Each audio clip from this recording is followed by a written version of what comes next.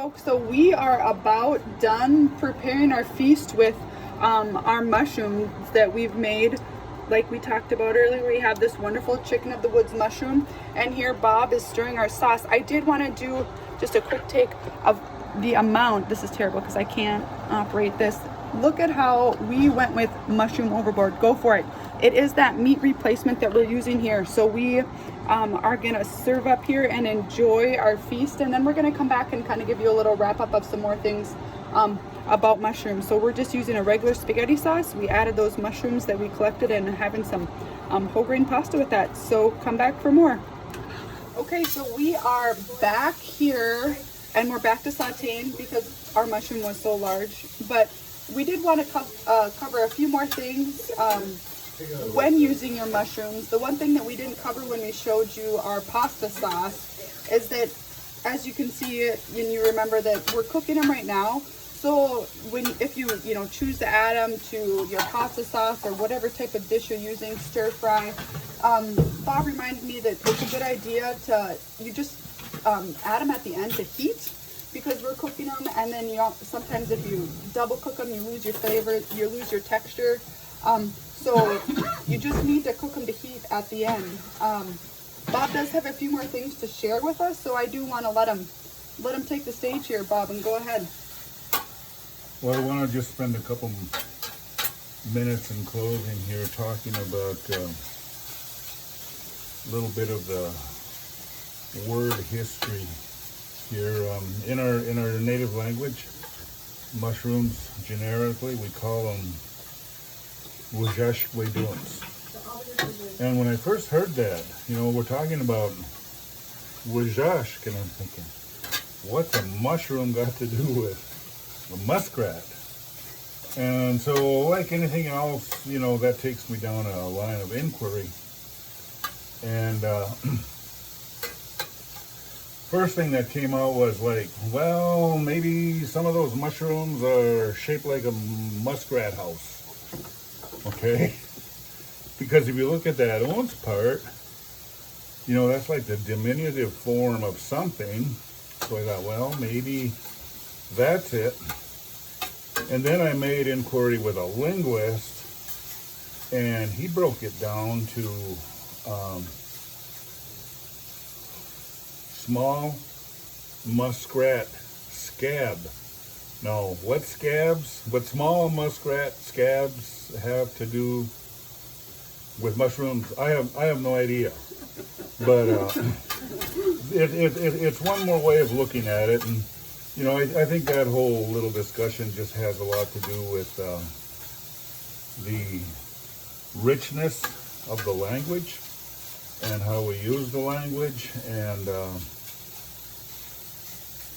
the beauty of the language once you start investigating what's going on inside of some of these words.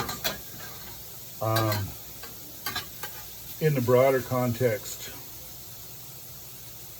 it's been noted that Anishinaabe here in the western Great Lakes region, depending on where specifically you were, but pre-colonial times, we lived on 200 to 300 different types of wild and indigenous foods. All of it organic.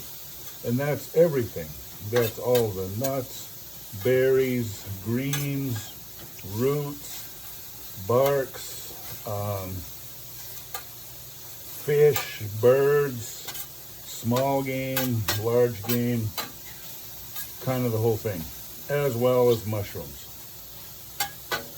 Our people did have an intimate knowledge of their food systems, and mushrooms being a very important part of that. It's kind of like the buffalo, because it's been gone from our scope of knowledge for so long. We don't really talk about it much, but these are the things that kept us going. This is another one of those gifts that's underutilized, and greatly misunderstood by so many people these days. So there's a lot going on out there with mushrooms. You know, we're lucky this time around we got to work with a 13-pound chicken of the woods.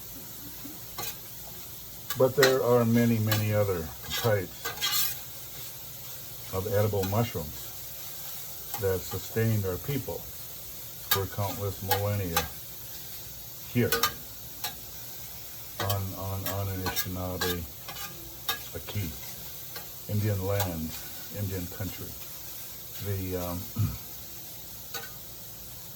You know, as has been noted previously, it's commonly used as a meat substitute. It's lower in protein than a lot of the meats, but nevertheless, you know, when it comes to the overall nutrition value and, you know, what it adds, and, you know, like many of our other indigenous and wild foods, you know, it's underutilized. So there's a lot going on in the mushroom world, much to learn about. I just want to say for the beginners, be careful. You know, start with the easy ones and work your way in from there. So we're just going to keep cooking away here and get this done sometime today over the course of the day. Probably won't be all at once. Thank you. Yes, and again, we just really want to thank you, Bob, for your time and knowledge again and sharing with us. And like Bob said, you know, the people were onto something that, you know, still to this day, mushrooms, like you say, I still think they're underutilized for sure. But nutritionally, you know, they're low in calorie, and like you said, you know, as a protein supplement, and we did the same thing today in putting it in our spaghetti sauce with our feast. But as time has told us, there are other nutritional benefits, whether it be an antioxidant, it can help with type 2 diabetes prevention and management. So, you know, give them a try. Maybe you've tried them before, you haven't enjoyed them. You know, maybe this will inspire you to go ahead and try and go find some of your own and use them in this simple way. So we hope you've enjoyed, and thanks for watching.